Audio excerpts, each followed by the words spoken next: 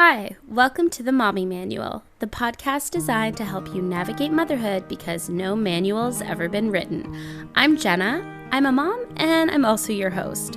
Today, I wanted to get an expert on the phone, someone who can calm the worry storm that I am right now with just the idea of potty training. I'm actually super nervous about it, and frankly, I don't even know where to start at this point. So, hopefully, she can give me some tips as well as give you some tips. Without further ado, let's get into today's episode. Melinda, welcome to the podcast. Hi, thanks for having me. Mostly people don't know you like I know you because I've known you forever. If you want to just introduce who you are, that would be great. Sure. So my name's Melinda. I have been an early childhood educator for the past 11 years. I've also got a bachelor's degree in psychology and a certificate in autism and behavioral sciences. And I have spent the past 11 years of my career working exclusively with toddlers. But you also have two beautiful little children. I do. And I have how? Albert and Adelaide. And Albert's just going through potty training, right? Yes. He's just, well, for the past year, but yeah. So it's going well then. As well as it can. Basically, I guess we'll just get right into it because I know I'm actually terrified to potty train my daughter. She is 21 months old now, so she's not quite 2, and I know most people don't really potty train until their kids seem to be around 2 or after that, but I'm seeing that she's starting to show signs, so can you please just tell me that everything is going to be fine?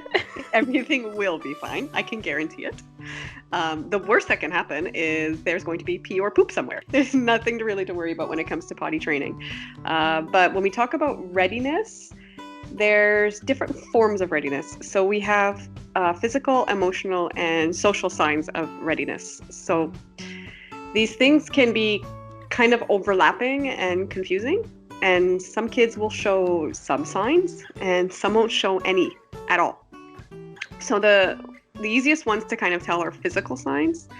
And for example, one of the best ones is your child is not wetting his or her diaper for more than 2 hours at a time. So that's, for example, you change your child in the morning and, hey, you forgot to check their diaper at around, say, snack time. You woke up at 7, it's now 10 o'clock, you haven't checked, and oh my gosh, they're still dry. That's a pretty good physical sign that their body is starting to mature and they're able to go through longer periods of time without releasing, and technically they should be able to feel when they need to go now at this point. There's also what we call social signs. So this would be a child physically telling you, like coming up into you and telling you they're dirty. So that's a social sign. And emotionally, the most clear one is a kid who cries when they're wet. Yeah. Or like if they start pulling at their diaper, they look uncomfortable. Would be that physical or would that be emotional? The physical sign. So emotional is they're actually distraught. Like they're very upset that they're dirty. So okay. Like this would be a child literally crying or telling you, "Mommy, no, dirty, pee pee," like really, really being physically upset about being unclean. Gotcha. And okay. Not all children are upset when they're dirty. Which is just so weird as an adult to think that like it wouldn't bother you, but I guess if they've spent so much time in diapers, they're used to it. Well, the way I've had some parents who try to push potty training on a child really early, and one thing we tend to forget is that it's a really intimate thing, right? So when I talk to parents who I notice might be a little bit on the pushier end for a child who's clearly not ready, I try to ask them, how would you like it if suddenly somebody told you have to wear diapers now? So You're fully trained adult, and I'm telling you have to wear a diaper now, and you don't get a choice. That's sort of the logic we're doing to a child who's not ready, right? Yeah. You're taking away what they're used to, and you're being like, you can't do that anymore. And you have to go and do this in a strange environment. You have to be very careful about the way we approach potty training to not make it seem so scary. I know somebody who tried to potty train their child, and their child kind of saw the potty as a toy because they bought them a Paw Patrol potty. And their child saw it as like almost a toy. And they went to the bathroom in it, but then they were so upset that they did something to this toy that it took them like, I think 6 or 7 months to then go back and be able to try and get them to try again. Like, it's so funny, the things that we don't really think of. Like, I would never think of my daughter getting upset over a potty, but like it's all those things we're not used to. As an adult, we're like, it's a potty and it's got Paw Patrol on it. She'll love it. It's fun, right? But it's really not. And those things are really interesting for, say, a child who's already potty trained or who has the basics down. Do you know what I mean by that? So when we talk about basics, this is a kid who already is comfortable sitting on a potty and maybe putting something inside of it. Okay. So we don't, at least in childcare, we never start a child off by being like, okay, you're gonna sit and you're gonna do something right now, and we're gonna wait until you do something. Usually what we start with a child who, for example, is holding themselves for long periods of time, they're being verbal and they're uncomfortable when wet or dirty, we usually start them by sitting on a potty clothed. So we introduce it really slowly in a safe environment, so like where their toys are. Most childcares will have a small potty or a play potty in a common area for a child to explore. So this would be saying, oh, if your child says, hey, I'm dirty, or they're uncomfortable, oh, would you like to sit on your potty? And you just sort of put them on it matter-of-factly with their clothes, their diaper, and everything else on. So does it start to like associate them with like dirty, and the bathroom is now associated with the potty? Exactly. So we start with slow associations by saying, this is a potty, and when you feel dirty, you can sit on it, right? So we're connecting those dots, but in safe, comfortable, and known environments. Because the bathroom, for most children, they only know it for bath time. Right. Okay. So, yeah. So we have to build on that association later. So we first want to make them comfortable with what the potty is. Oh, that's so fascinating. That's so fascinating. I would have never thought of that. Process. I'm really glad I'm talking to you because I clearly have no idea what I'm doing. Have you seen it happen a lot where the kids are showing signs of being ready, but then when you get down to trying, it totally just like regresses? 100%. So that's actually what happened with my son. Tell us about Albert, Melinda. So Albert showed signs of readiness actually at 15 months old. Wow. Yeah. So he was holding himself and he was telling us when he was actually going to the bathroom at 15 months. And we had already introduced the potty for Christmas time as a toy, as a present, like toy. It was, he was sitting on it with his diaper on. We had got it off. We had taken it off of the diaper and moved it into the bathroom. So before bath time, he was sitting on it. But then Albert had an issue with his bowels and became constipated. And he got a little owie on the inside, which made it really hard for him to go to the bathroom without pain. Mm-hmm. During all this time, he was potty training, but then he started associating that pain with the potty. So this totally derailed any kind of potty training we could do. We had to basically put anything potty related, we covered it up, we put it under the cabinets, and we hid the potties because he was screaming and crying anytime he saw them. Oh my gosh, that's so sad. He was terrified. And this can happen to like any kid, right? Like it wasn't until actually about 2 months ago that we decided to reintroduce the potty, but we reintroduced it back from square one.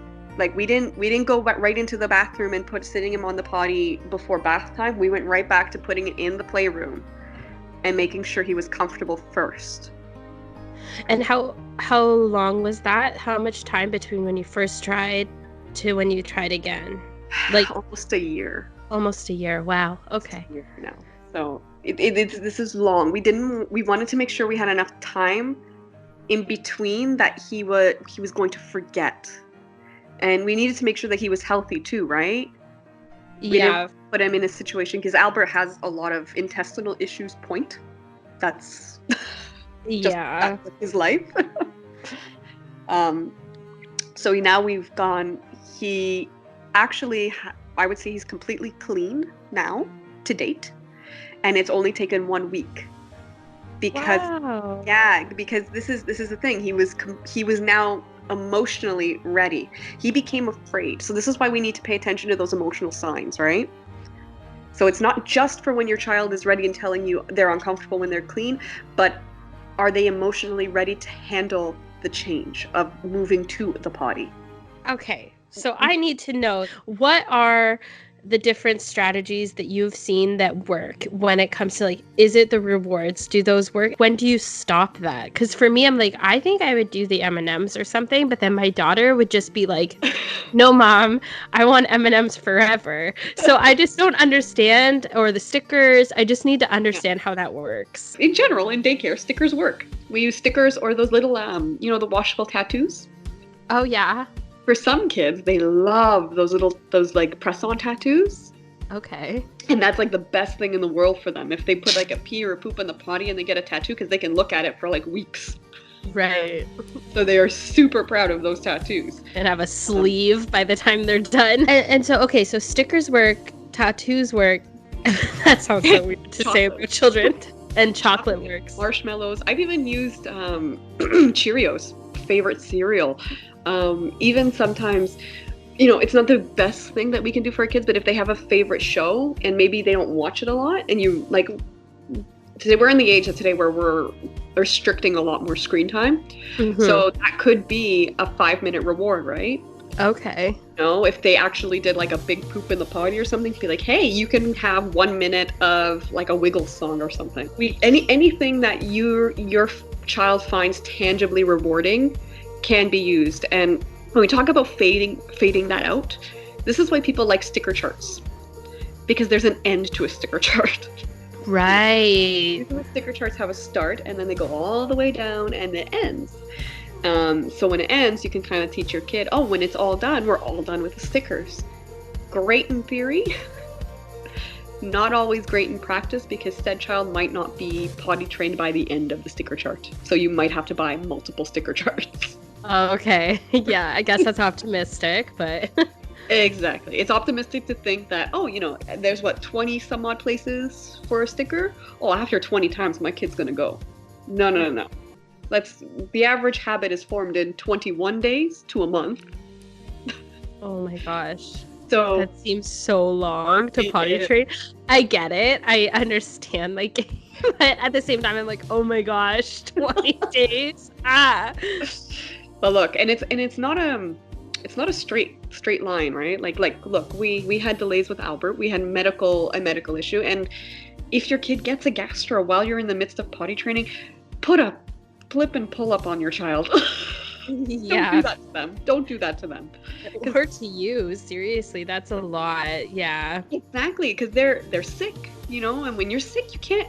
Some adults can't even hold it together. I was gonna say, sometimes you're running as an adult and you're not sure you're gonna make it. I can't imagine being a toddler and trying to figure that out. Yeah, it can be really hard for a kid, and especially if they're not able to tell you that they have to go, and that's a big one, right? So a big one, your child should be telling you they have to go before they actually go in their diaper. Mm-hmm. That's the sweet spot for potty training. So if you can catch your kid, so they say, oh, mommy, daddy, pee, and you go and touch their diaper and it's dry, that's the part where you say, oh, you want to try sitting in your potty. Right, because you're catching them right before they go. Right before. So now you can really start associating that feeling with putting their pee and their poop in a potty. You and I are both a bit different because we use cloth diapers for the most part.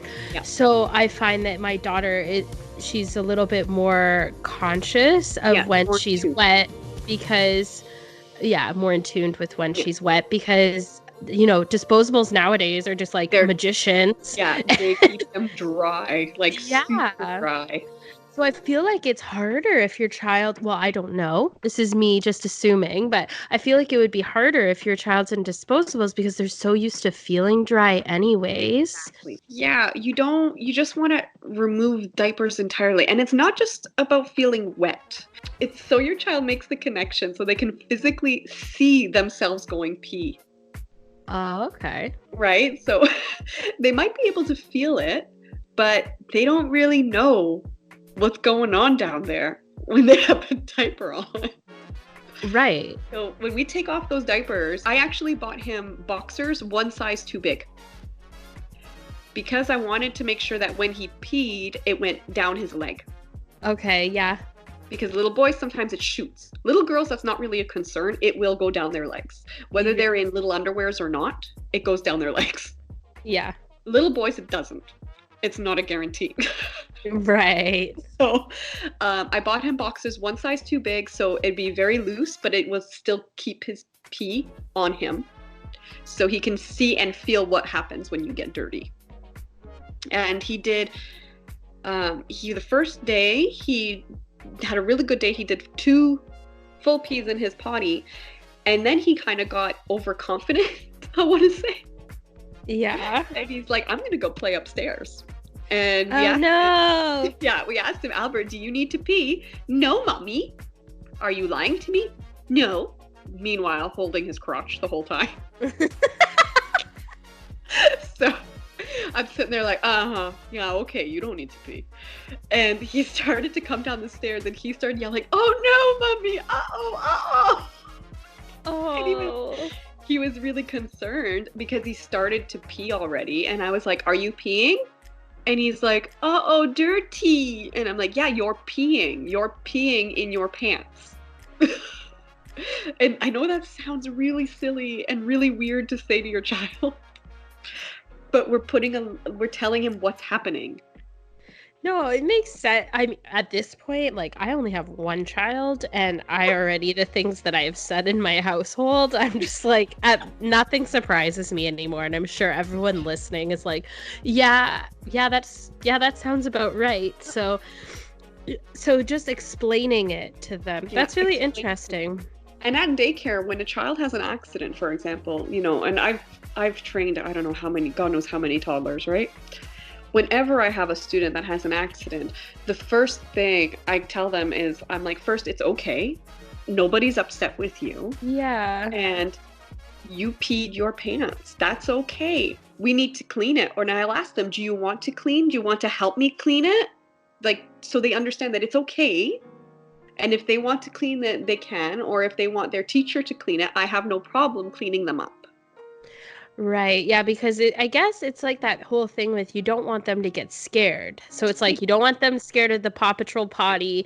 You don't want them scared because they made an accident, because then they're not going to want to keep moving forward. No, exactly. I had a student once, this is a student, we would have considered her clean, like completely trained. She was very young. She wasn't even 2 years old. Wow, She good for was her. maybe like 18, 19 months. Very verbal though. I'll put it there. And this little girl, she went to the bathroom. She told me she had to go number 2. And I was like, okay, you're okay. You can go by yourself. She had been doing this independently now for like 3 months. Wow. That's so impressive. Oh, yeah. That's what I mean. Like, children are so different. There's such a wide range of when children are ready that there's not really a specific time for any one child, right? And this little girl, she went in, and all of a sudden I heard her sobbing. And I went into the bathroom, and there was poop everywhere. Just to put it lightly. Oh, God. Everywhere. What had happened was she went a little too late, and as she tried to pull down her pants, it came out. She panicked, slipped on it, and fell in her own mess. Oh. And as she was trying to clean it up, because she tried to use her own underwears to clean up everything, and my heart broke for her. And the first thing this child told me was, don't tell Mama. So, obviously being the teacher, my heart is just like crushed. And I'm like, it's okay, sweetie. We're going to clean it up together. And don't worry, I won't tell Mama. So I tidied up everything, and When mom came in, I handed her the dirty clothing, and she was obviously visibly upset, but I explained to her what the child had asked me to say, and the mom was shocked. She's like, "Oh my gosh, what? Yeah. Why would she think we'd be so upset?" I'm like, well, sometimes kids internalize being dirty as shameful, even if we've made efforts that it's not shameful, right? And so her mom afterwards went and told her that it was okay, and that mommy was never going to be upset with her, that sometimes clothes get dirty, but didn't mention the accident or the incident. Good for her. Well done, Mom. Yeah, and this is one of those things that we have to be so careful of when kids have accidents. We don't want to shame them. We don't want them to feel upset, because you don't want them, if they're ever in a situation like that at school, at daycare, where they have an accident, they need to feel safe enough to ask for help, because she didn't want to ask me for help. Oh my gosh. She was trying to clean it herself. That's one thing. I have this visual of this little girl, not much bigger than my daughter, just like in a sea of poop, trying to wipe it up with underwear. And it is like the most tragic visual. It was so heartbreaking. So now, I know is it would you say hundreds? Like, how many kids would you say you've probably potty trained at this point? Oh, wow. So 11 years with toddlers. And I have 8 students in my class every year.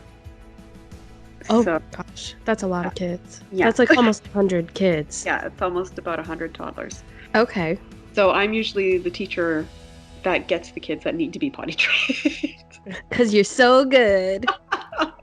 I have a fairly good success rate, but again, it's a question of patience. I don't push children to potty train at all. I'm very anti pushing, but there's a lot of talking about it. There's gentle encouragement. So, if a child consistently says no to a potty, I might turn my phrase, instead of asking them, "Do you want to go potty?" I'll be like, "Oh, hey, it's potty time. Everybody's sitting. Let's sit on the potty." Okay, that just sounds like way more fun. It's potty time, everybody. Well, that's how we do it. Yeah. We make it seem like a really fun thing. So this is really helpful when you have a child who's very big on refusing. When you want a child to do something, but you don't really want to give them a choice, you make it sound like the most fun thing in the world. It works though, right? 90% of the time it does, until you fall on that one kid that is so stubborn that you couldn't get them to move for anything in the world.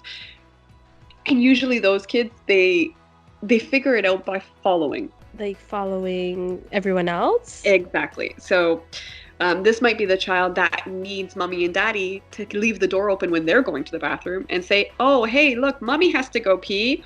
Why don't you come and sit with me in the bathroom while I go pee?" Yeah, I wish I had an option. I don't have an option. My child she comes right in the bathroom and talks to me. I don't get any. Great. That's great. Oh, she had a bowl of berries, and she brought that with her today, and my child stood there eating her berries. Like, I'm just like, this feels so uncomfortable on so many. She sat down on the floor. It's no big thing, right? No, but to me, it's just like, you don't have to eat your berries in the bathroom. I would be right out in a second. So when would you start telling them, "This is what I'm doing"? I guess there's not really too early of a time. No, there's never too early a time to start talking about it.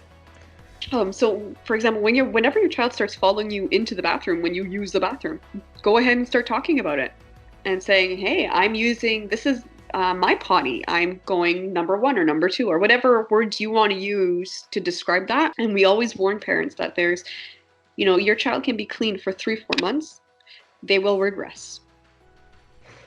Most kids do. Like, it's not guaranteed, but we just kind of say everybody regresses. Yeah, well, I've heard before, sorry, that just made me think of something else. I've heard before that, like, a lot of times when you bring, like, a new baby or a big change into their life, that sometimes they'll regress. Yeah. And it's about comfort. Because the potty, and for many times, like, say, for example, you move houses, like you guys just recently moved. If she had been potty trained, say 2 months ago, it's still very new. It's still a new thing. So what you would see is frequent accidents and frequent wetting. And what's really important when you have a child who's regressing is that you keep your cool and you don't use language like, oh, again, what are you doing? You know how to use your potty. You're a big girl or you're a big boy. These are all phrases of shame. Like you're creating an environment of shame for a child who, yes, is technically potty trained, but they're going through a rough time. So you need to make sure that you stay very reassuring and remind them and say, oh, I see you had an accident. Did you forget to use your potty? Are you okay? Would you like to wear a pull-up? And maybe not go right to a diaper, but offer them a pull-up or a training pants, the ones that are a little thicker. Just so they understand that, oh, mommy and daddy are here to support me, even when I'm not feeling 100%. Because we don't want to exacerbate the issue. Because what can happen is when we start bringing in these feelings of shame, sometimes children will hold themselves for very long periods of time. So we're talking like 8 to 12 hours. Oh my goodness, really? Yeah. Yes. And then we can get into complications like UTIs, constipation, and other physical issues. So we really don't want to create an environment where the child feels ashamed, embarrassed, and unsupported when you do have a big change, or when you do see your child regressing for reasons you may not even understand. You might not think there's any reason for a regression, but they're having a regression because something is clearly making your child uncomfortable in one way or another. And they need you to be supportive, and you just need to say, okay, we're still in potty training phase, and so we're just gonna bring back out the pull-ups, bring back out those training pants and the rubber gloves and the towels, and get to it. That's it. Wow.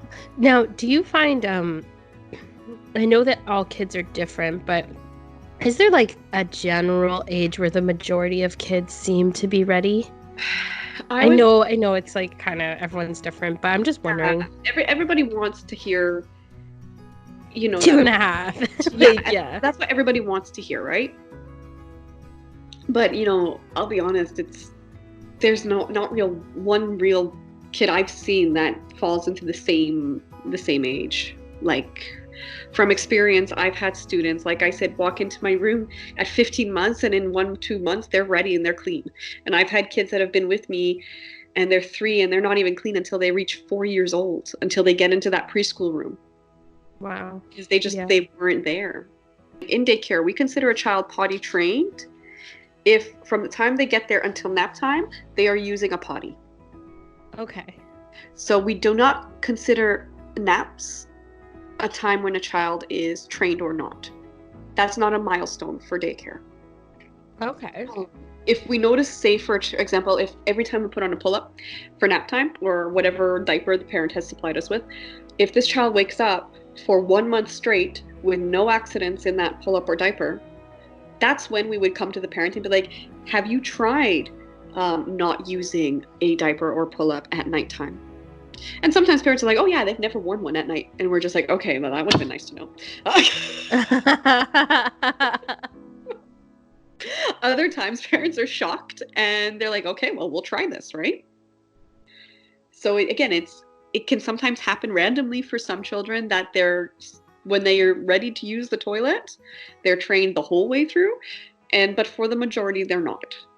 So we don't count sleep training in with potty training.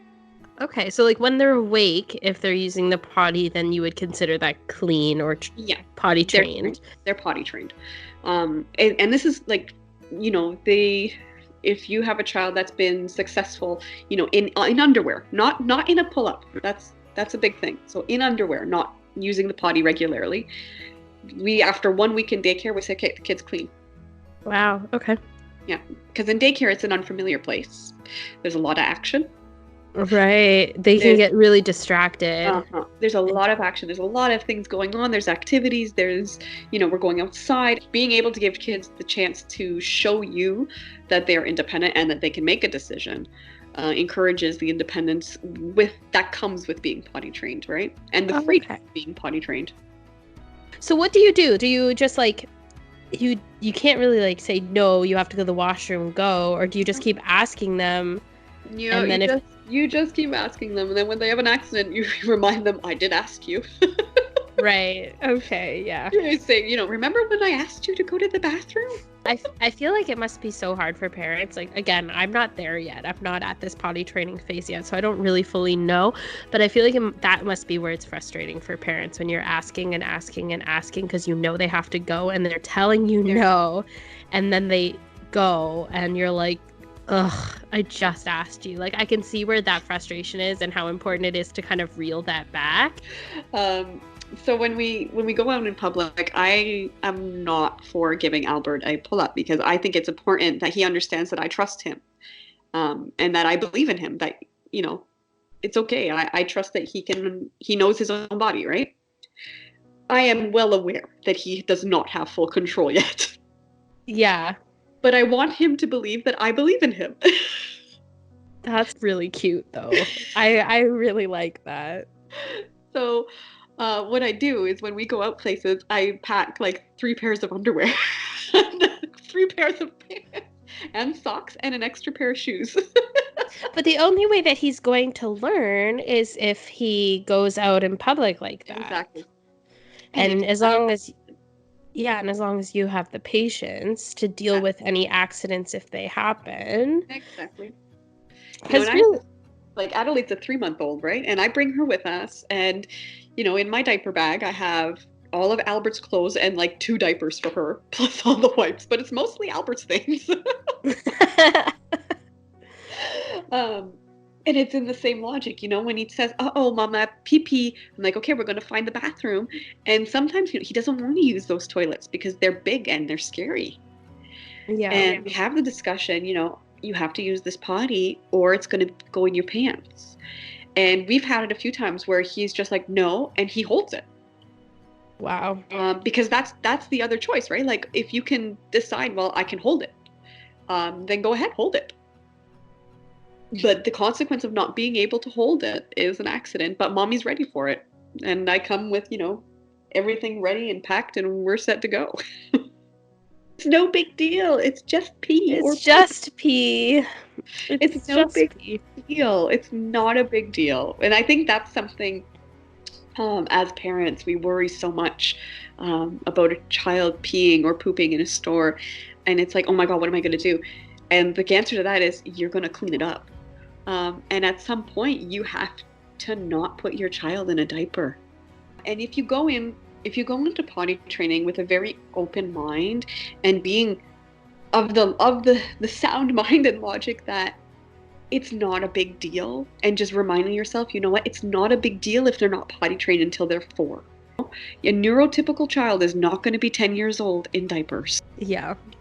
Like, we have to keep that in the back of our heads. Right. It feels like the end of the world when everyone around you's kids are potty training, or everyone around you's kids are hitting a milestone and your kid's not there yet, but that doesn't mean there's anything wrong with your child. And I think the way that we've done it in daycare for years works, but it might not always work for every child. Every child is different. This is just what works for the average child. There's always exceptions. Right. No, so fair just keep that in mind, and what works for one kid does not mean it's going to work for everybody. There's a quote that's been going around. Anyways, it's been coming up a few times on my Facebook, and it's, I like it. It's a really good one, and it talks about popcorn.